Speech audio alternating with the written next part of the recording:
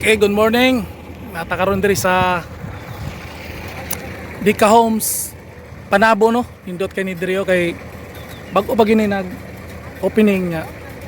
Nami karon diri kay nami client na interesado po kay mokuha og Dika Homes kay affordable kay ni siya na mga housing diri sa Davao no. Sa Panabo City. Kay kung di mo ganahan sa Davao, taga diri mo sa banda sa may Tagum o Panabo, o diri mo banda sa Panabo Dika Homes, Panabo. So nindot kay diri. So ganahan mo kuha mo ani nga housing kay brator mo jud kay ni. PM lang mo para ma-assist namo mo. Ang sa pag-abil ani mga balaya. Nindot kay ni, mao pagi pagtukod ani, mao pagi pagkakuan niyo. Pag-construct, so brato pa kayo ni sa pagkakaroon abot sa panahon medyo increase yun basta nanay mga ano, so sa pagkakaroon na medyo napag yung mga bakante. Okay, atong gipakita no mao ning pinaka layout sa model house nila no. Model house ni ang mapagi pagsugod no, mga pundasyon pang ilang ikuan kining pouring nila, tawag pouring. So pinaka-model house ni nila, tulo ka buok na balay. So tawag ni siya og row house. So sa una na ni sunod-sunod na ni siya. Sumpay-sumpay na ni siya. Pinaka-kuan na ni balikan tani mga sunod semana para makita na to unsa reforma gyud ani. Dali ra man po kay ni. Nindot kay ni dire. Yang unahon gyud ani mga drainage raw, mga drainage power kayo.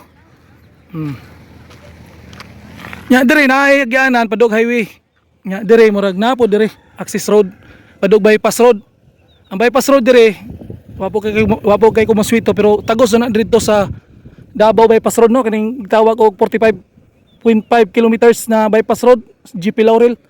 Ato na to nya unsa ka kuan, unsa ka dool, unsa ka kuan kay sugda naman po dire tagos no ang 45.5 na gikag Davao padung og Panabo, kay Panabo man ni location ni ato ang Dika Homes Panabo.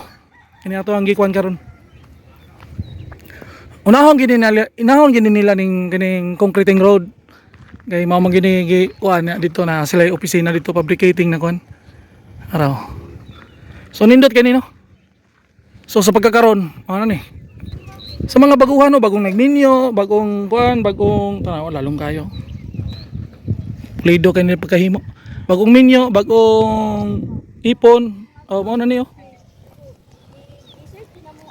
No. Abot gyud ang panahon dito nya. Tukod na sila bungkalo di pohon siguro kay na magina townhouse. Sa pagkakaron, bungkalo. Mao na ni ang model house siguro ni. Yang kato dito. Porma naman affordable kay ni no ni mga balaya no kay Dika Homes nga naman Dika Homes affordable price magkay na sila niya.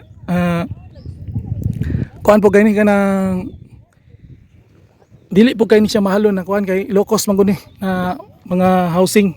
So para gini sa masa na mga balay no. Mga kuan kung na bugatan mo sa mga high end, mga luxury house o diri na mo sa mga ani na mga balay. So, ano no? Mga precast ra ni na kuan, precasting ni area na nila, mga precast na nila mga balay. So, as client, nagkuan si client.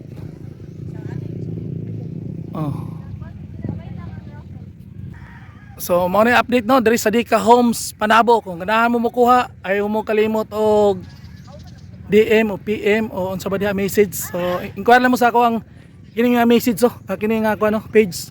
Inquire lang mo dia, di mo kuan, inquire mo paspas kay mo dire. I-accommodate din mo ana o dire lang mo. So mo na ni karon. Panabo ang location na ni.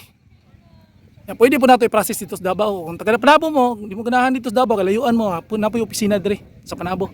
So dire lang ko to, Bitos Lino Boy, yung YouTuber ng bayan. Peace out.